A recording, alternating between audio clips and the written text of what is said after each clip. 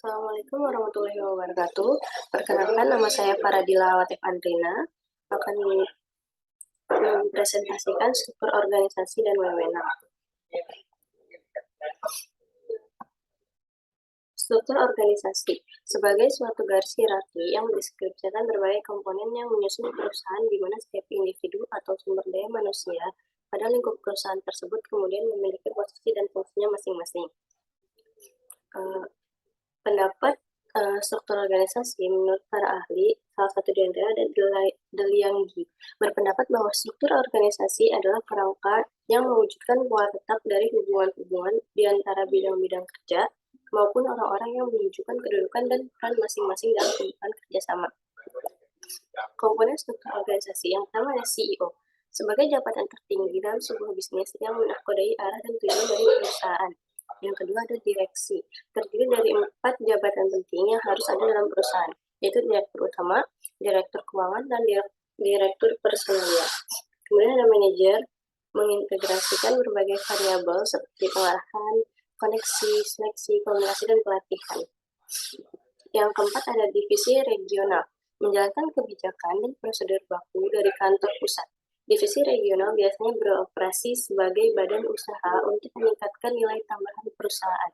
Yang terakhir ada administrasi dan gudang, untuk mengecek seluruh transaksi perusahaan yang berhubungan dengan pihak lain, pembukuan dan laporan penerimaan dan pengeluaran. Fungsi struktur organisasi. Yang pertama ada kejelasan tanggung jawab.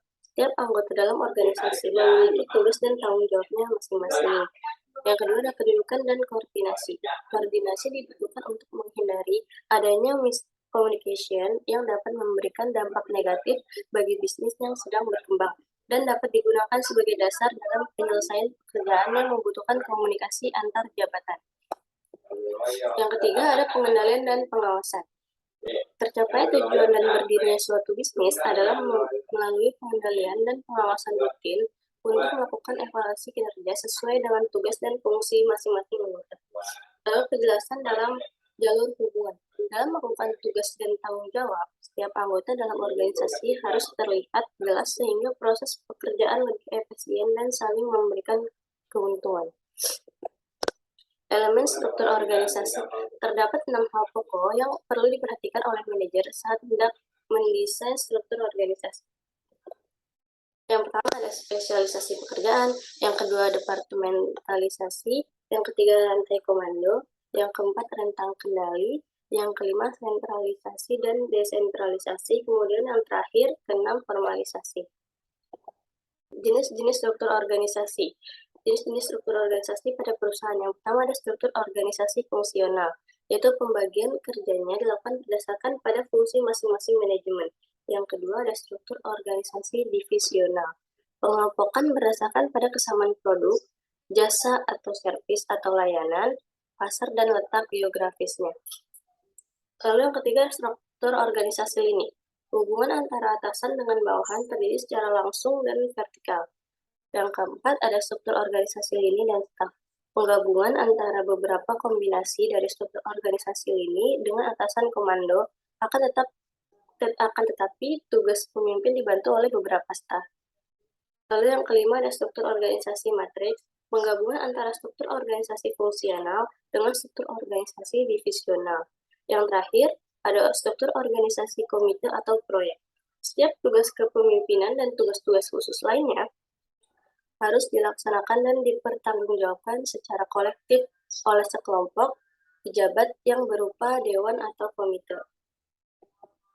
Wewenang. Wewenang atau authority adalah hak untuk melakukan sesuatu atau memerintah orang lain untuk melakukan atau tidak melakukan sesuatu agar tercapai suatu tujuan tertentu dalam organisasi.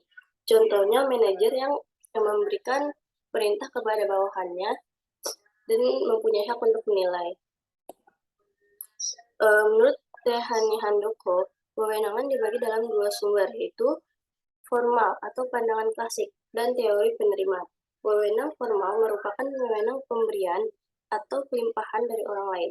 Wewenang ini berasal dari tingkat masyarakat yang sangat tinggi dan secara hukum diturunkan dari tingkat ke tingkat.